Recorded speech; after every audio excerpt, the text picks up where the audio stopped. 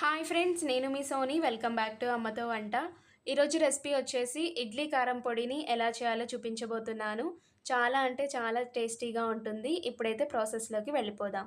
Stove పైన కడాయి పెట్టి 1 table spoon oil వేసి ఆయిల్లోకి 10-15 ఎండుమిరపకాయలను అయితే తుంచుకొని వేసుకోవాలి. 1 మినిట్ దాకా ఆయిల్లో ఫ్రై చేస్తే సరిపోతుంది. మరి ఎక్కువగా ఫ్రై చేస్తే మిరపకాయలు మాడిపోతాయి.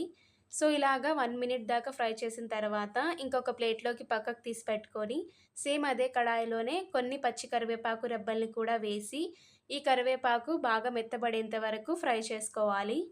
సో, మెత్తబడిన తర్వాత ఇవి కూడా పక్కకు తీసుకొని, ఇంకా సేమ్ అదే కడాయిలోనే 1 టేబుల్ స్పూన్ దాకా ధనియాలు కూడా వేసుకొని, ఈ ధనియాలు మంచి ఫ్లేవర్ వచ్చేంత వరకైతే వేయించుకోవాలి.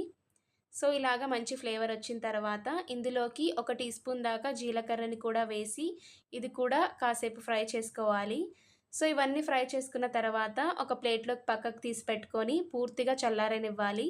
పూర్తిగా కూల్ డౌన్ అయిన తర్వాత ఇంకా ఒక మిక్సీ జార్‌లోకి ఇవన్నీ ట్రాన్స్‌ఫర్ చేసుకొని, ఇందులోకి టేస్ట్‌కి సరిపడా సాల్ట్, అలాగే కొన్ని వెల్లుల్లి రెబ్బల్ని వేసుకొని మెత్తగా గ్రైండ్ చేసుకోవాలి.